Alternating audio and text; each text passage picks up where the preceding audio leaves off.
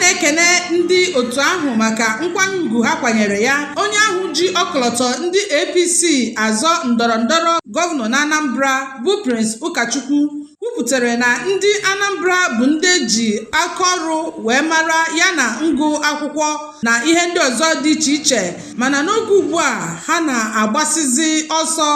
ebe imerime ụlọ ọrụ bụzi ihe akpọchisiri n'ihi na enweghị ọnọdụ nchekwa.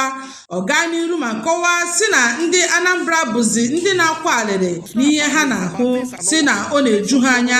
si na imerime n'ime ha bụzi ndị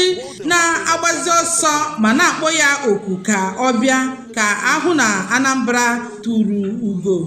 ma yọzie ndị otu ahụ ka ha jee n'ụlọ n'ụlọ ma kwusaa okwu oziọma gbasara APC. Na mbụri n'okwu ya ka onye isi oche nke ya bụ ọgbakọ bụrụkwa president nke Akulono United Brothers nke Nigeria bụ Chief Mike Duru Ejeogu kọwapụtara ka ha bụ ndị APC si wee gaa wee donyite ya bụ Prince Ụkachukwu n'oche, ma kọwaa na ya bụ nwoke bụ ezigbo mmadụ nke